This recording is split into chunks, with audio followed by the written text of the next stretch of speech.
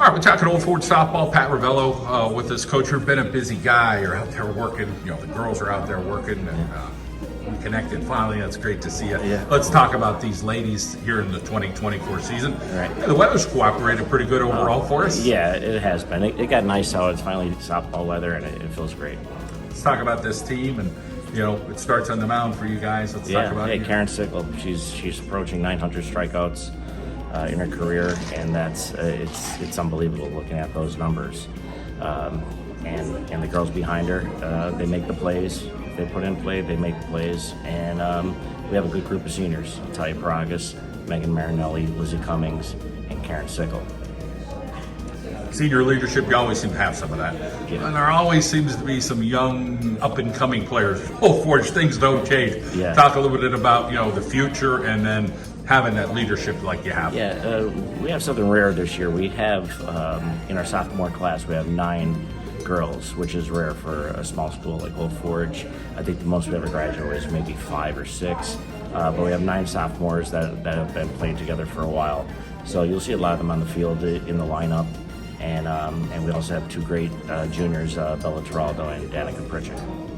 You talk about, you know, the competition in the league. You know, there's a game or two that, you know, always kind of prepares you for the postseason. So Right. Let's talk about some of those rivalry games. Right. Well, you know, we're in that league with, you know, Mid-Valley, you know, former state champ, and Holy Cross, Riverside. So they really prepare us for these districts.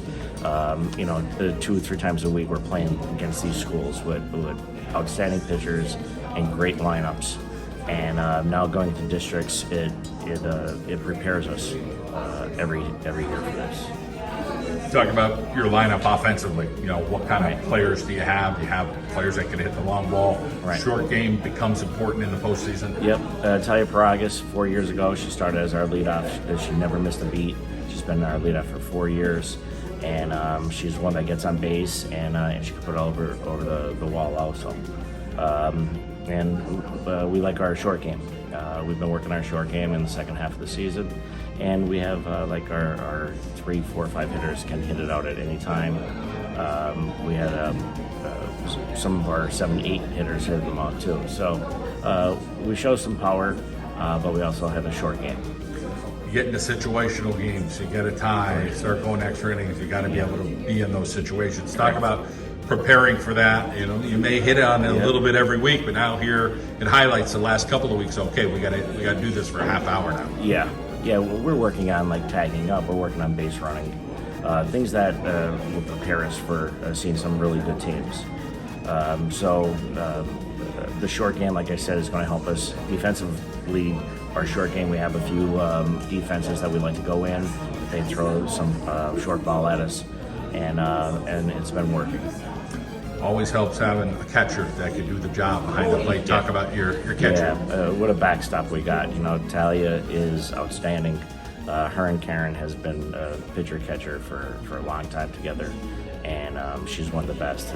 She's a great kid, fun kid, and she's a joy to be around.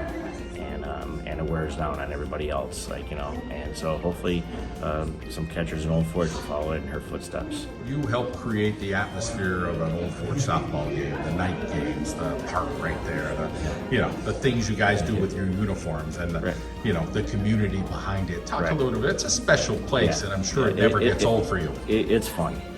We love our 7:30 games. Yesterday we had a day game. It started earlier. And it just felt like it was like an away game.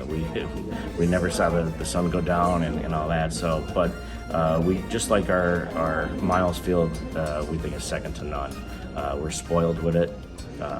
We get to see it every day at practice or in our games. But when somebody travels from Nanticoke or Mountain View or something like that, they see a beautiful field and they let us know about it. It's a great ballpark.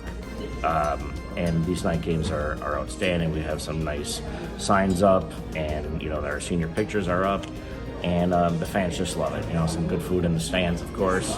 So it's a nice ballpark. It's a one-game approach going forward, but let's talk about what that mentality or what you guys think you need to do to win games, 2-1, 5-1, whatever it is. Right. What's it going to take for Old Forge to continue to get W's? Well, this year we had 2 7-game winning streaks, and that's all we need now. We need 6 more games, and if we go on that 7-game winning streak one more time, that would be our goal, of course, state championship. So we have to get hot at the right time. Everybody has to click. If somebody's not clicking, somebody has to pick her up.